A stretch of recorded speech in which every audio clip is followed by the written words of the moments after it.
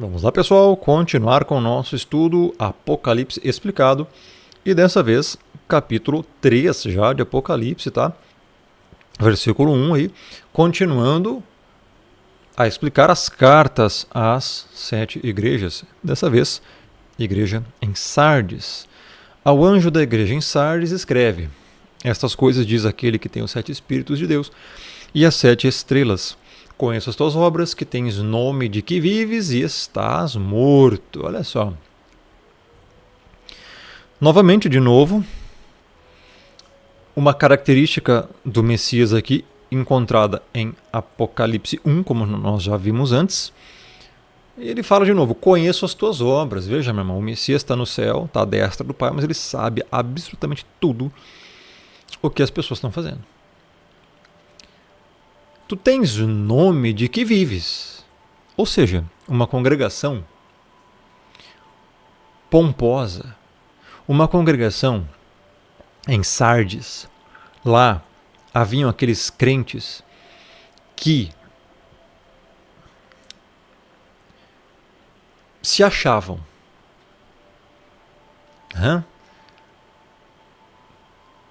Tem um problema aqui. Na verdade, você está morto. Morto espiritualmente. Você só tem nome de que vives. Era uma congregação famosa para aquela época. Mas está morto espiritual. Na verdade, você está falhando muito. Veja, parece que está só piorando, né? Desde a primeira carta. Aí agora vem o verso 2. Olha, seja vigilante. Tenha cuidado aí, ó. Consolida o resto que estava para morrer, porque não tenho achado íntegras as tuas obras na presença do meu Deus, ou seja, na presença do Pai. As obras dessa congregação não estavam íntegras. Então, havia extremo liberalismo em todas as áreas nessa congregação. Tá. Verso 3. Lembra-te, pois, do que tens recebido e ouvido. Lembra do Evangelho, lembra da exortação. Guarda-o e arrepende-te, mude. Veja, sempre, meu irmão, o Messias ele vai dizer para a igreja se arrepender. O arrependimento, ele é algo que só se consolida na igreja, só se efetiva na igreja, tá? No eleito. Por isso que o ímpio não se arrepende. Porquanto, se não vigiares, o que é vigiar, pessoal? É você se autopoliciar, se cuidar, você se renunciar, você sempre entender que você está nesse mundo aqui, que você pode a todo momento falhar gravemente ou até mesmo cair em certo tipo de pecado grave e isso vai trazer consequências muito ruins para a sua vida. Portanto, vigie. Se não vigiares, virei como ladrão.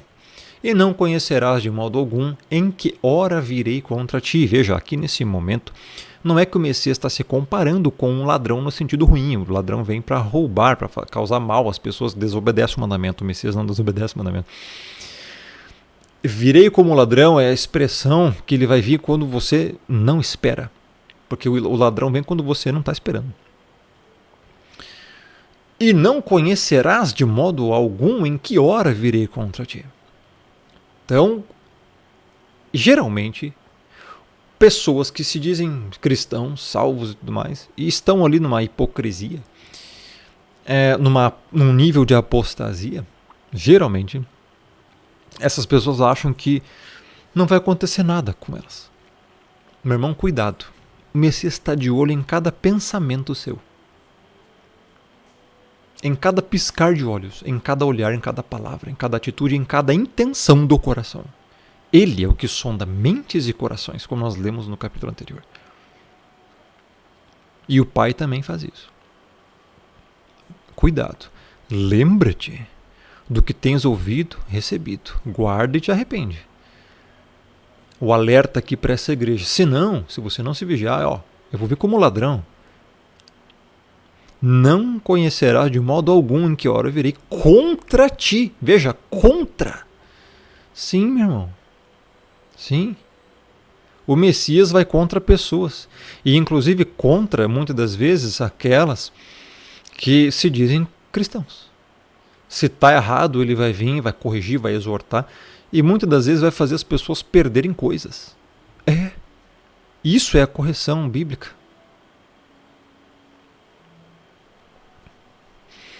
O que o Criador fez quando Davi mandou matar Urias, adulterou com a esposa dele e fez um filho em Batseba? O Criador matou aquele filho, aquela criança.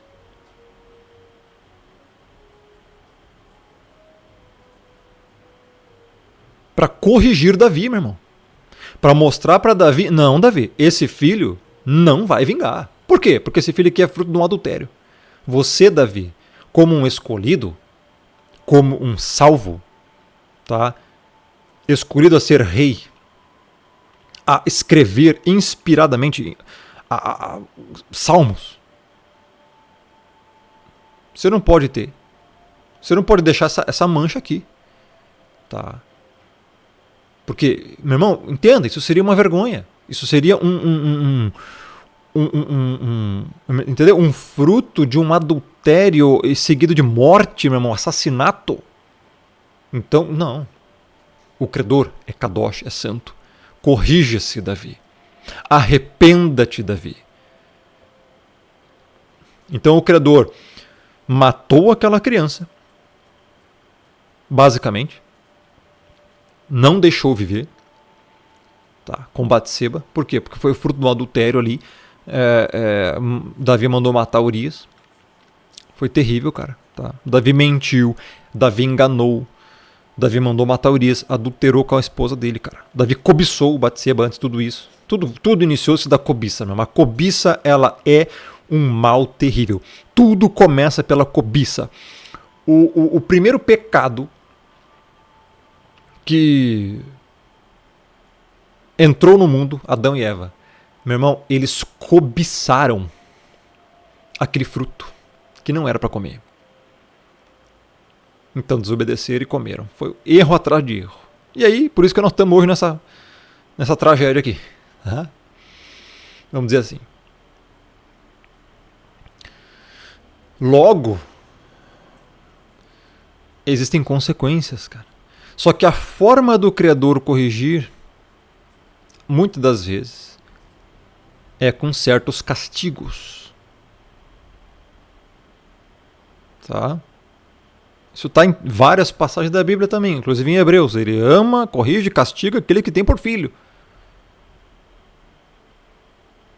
É a forma de fazer você entender que sim, ele ama a igreja.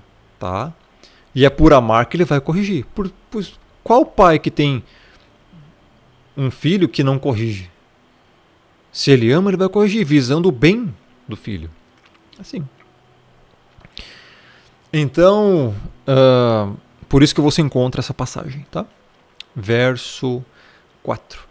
Tens, contudo, em Sardes umas poucas pessoas que não contaminaram as suas vestiduras e andarão de branco junto comigo, pois são dignas. Veja, nessa congregação, lá em Sardes, umas poucas pessoas. Então a maioria estava meio desviada aqui. Mas algumas poucas pessoas não se contaminaram. Então aqui, quando trata de vestiduras, é obras santas.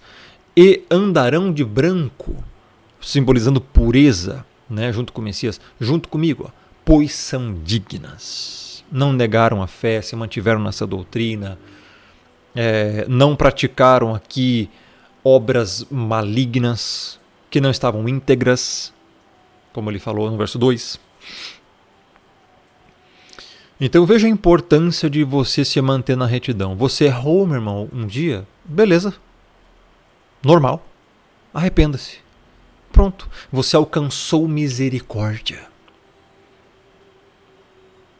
O vencedor será assim vestido de vestiduras brancas, e de modo nenhum apagarei o seu nome do livro da vida. Pelo contrário, confessarei o seu nome diante de meu Pai e diante dos seus anjos. Veja, meu irmão, aqui muita gente se confunde para querer amparar que alguém pode perder a salvação baseada nesse versículo. Não. Aonde que você está vendo nesse versículo que alguém pode perder a salvação? Pelo contrário. Você está vendo nesse versículo que a salvação é assegurada ao eleito. Veja, de modo nenhum apagarei o seu nome do livro da vida.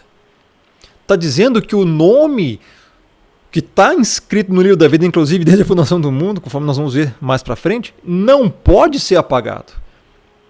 E não é que pode ser.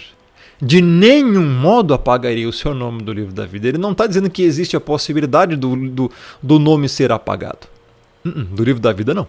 Eu já expliquei isso na minha playlist sobre doutrinas salvíficas. Aconselho muito que você assista, está aqui no canal, você vai entrar em playlists, vai ver lá doutrinas salvíficas, são 79 vídeos, você vai ver todos eles. Pronto, você vai aprender. Está lá. De modo nenhum apagarei o seu nome do livro da vida. Sabe por quê, meu irmão? Porque os nomes dos salvos já estão no livro da vida antes da fundação do mundo. Não tem como apagar. O Criador, o Messias, não são tolos de, peraí, vamos escrever aqui o nome das pessoas. Tá. Aí eu escrevi aqui. Agora eu vou apagar. Ele vai se converter amanhã de novo, eu vou escrever de novo. Aí ele vai pecar daqui uma semana, aí eu vou apagar de novo com a borracha santa aqui. Não existe isso, cara. Pelo amor do Criador. Qual é o entendimento que as pessoas têm do Criador e do Messias? Desculpa, cara. Se você pensa assim errado, é zero. Você tem entendimento zero. Você não conhece. Tá? A salvação é assegurada. Cara, isso está em toda a Bíblia. Eu vou citar só uma passagem para você. Vamos lá. Rapidinho aqui. Ó. Só uma. Tem um monte. Tá? Só vou citar uma. E não adianta você vir pensando, mas lá em Hebreus fala, lá, meu irmão, isso já está tudo explicado, já foi tudo explicado nas minhas playlists, tá? O que falta para as pessoas, meu irmão, é tirar o viés humanista de que a salvação é meritória. Não é. A salvação é pela graça. Ou é graça ou é meritória. As duas coisas não dá. Romanos 8, 29 e 30, meu irmão. Porquanto aos que de antemão conheceu, também os predestinou para serem conformes à imagem de seu filho, a fim de que ele seja o primogênito entre muitos irmãos. E esse de antemão conheceu aqui não é que ele teve que consultar o futuro para ver quem vai crer, não. Ele não é nenhum necromante para fazer isso, para saber qual morto vai crer. Né? Esse conheceu aqui é egno, que está lá em Mateus 7 também. Quando o Messias fala, nunca vos conheci, é nunca vos egno. Esse conhecer aqui, ele fala lá dos falsos profetas em Mateus 7.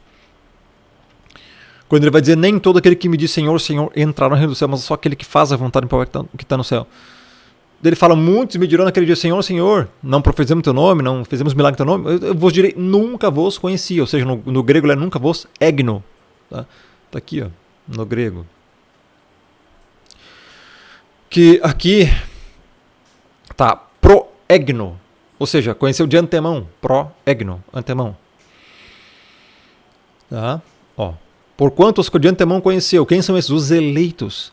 Não é conhecer obras, não é conhecer o que ele vai fazer, não é consultar o futuro para ver o que ele vai fazer. Não. Isso aqui é intimidade, é conhecer, amar.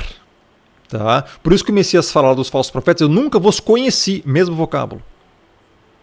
Mas como é que pode? O Messias como é que nunca conheceu se ele sabe o futuro? E o Messias sabe. Como é que...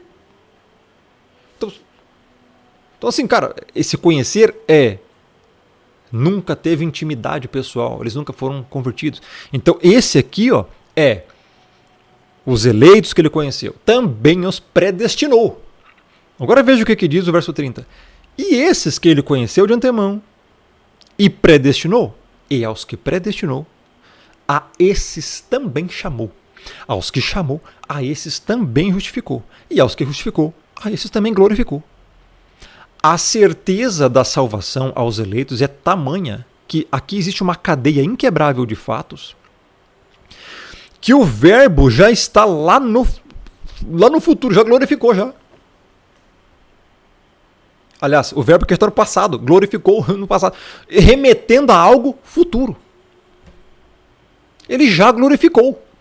Como que glorificou se isso ainda não aconteceu? Glorificou porque é uma certeza.